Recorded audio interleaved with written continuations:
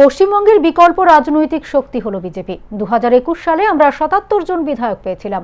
আমরা এখন সূর্যোদয়ের দিকে এগিয়ে চলেছি। আশা করছি 2026 সালের বিধানসভা নির্বাচনে আমরা নিজেদের লক্ষ্যমাত্রা পূরণ করে এই রাজ্যে সরকার গড়ার স্বপ্ন পূরণ করতে পারবো। বৃহস্পতিবার জলপাইগুড়িতে এসে কথাই বললেন বিজেপির রাজ্য কমিটির সাধারণ সম্পাদিকা লকেট চট্টোপাধ্যায়। এদিন দুপুরে বিজেপি কার্যকর্তাদের সঙ্গে একটি সভা করেন তিনি। এরই মাঝে একটি সাংবাদিক সম্মেলন করে লকেট রাজ্যের তৃণমূল সরকারের কঠোর সমালোচনা করেন। মহিলাদের উপর একের পর এক নির্যাতনের ঘটনা নিয়ে মুখ্যমন্ত্রী মমতা ব্যানার্জি কোনো মন্তব্য করেন না বলে অভিযোগ করেন তিনি। বাংলাদেশে হিন্দুদের ওপর মৌলবাদী শক্তির অত্যাচারের প্রসঙ্গ নিয়েও সরব হলো লকেট। জলপাইগুড়িতে সভা শেষে এদিন দুপুরে কোচবিহারের উদ্দেশ্যে রওনা হন।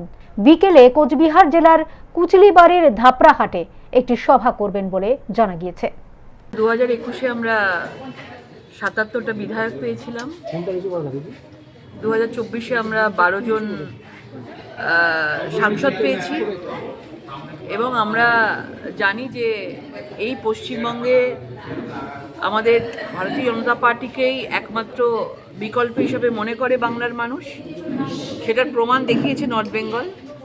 সবচেয়ে বেশি বিধায়ক নর্থ বেঙ্গল থেকে লাস্ট বিধানসভায় আমরা মানুষ জিতিয়েছিলেন। মানুষের আশীর্বাদে আমাদের বিধায়করা জিতেছিলেন এবং বিধানসভাতে গেছিলেন।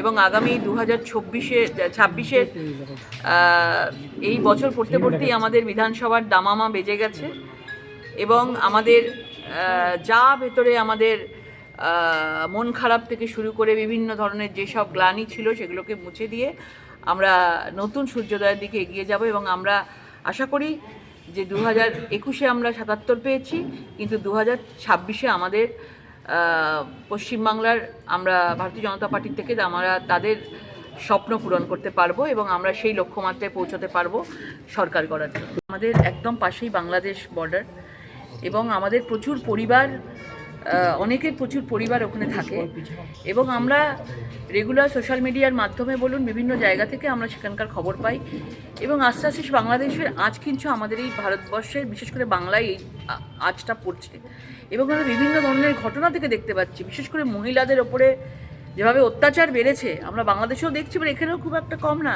সেই সাহসটা পেয়ে যাচ্ছে দেখতে পাচ্ছি। কিন্তু দুঃখের বিষয় হচ্ছে এখানে মুখ্যমন্ত্রী বাংলা একদম বাংলাদেশের একদম দুটোই একদম খুবই গায়ে লেগে রয়েছে, কিন্তু একটাও কথা আজকে মুখ্যমন্ত্রীকে বলতে শুনছি না। উনি পরিবারের কথা বলেন, উনি লক্ষ্মীর ভাণ্ডারের কথা বলেন, মহিলাদের উনি স্বনির্ভরের কথা বলেন, ওমেন এম্পাওয়ারমেন্টের কথা বলেন, কিন্তু যখন বাংলাদেশের ইস্যু এসে যাচ্ছে কোথাও একটা ভোটের জন্য, তুষ্টিকরণ রাজনীতির জন্য উনি বাংলাদেশের ইস্যুগুলোকে চেপে যাচ্ছে।